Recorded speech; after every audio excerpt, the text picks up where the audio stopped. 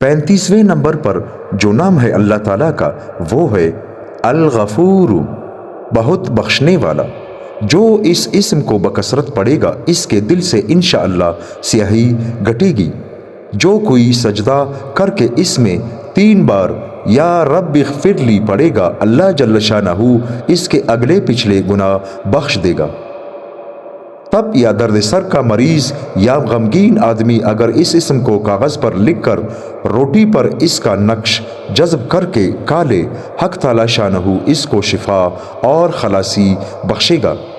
جو اس کو بکثرت پڑھے گا برے اخلاق اور روحانی امراض اور ظاہری بیماریوں سے انشاءاللہ محفوظ رہے گا اور اس کے مال و اولاد میں برکت ہو جائے گی۔ 3 بار لکھ کر بخار والے شخص کو دیا جائے تو انشاءاللہ بخار دور ہو جاتا ہے۔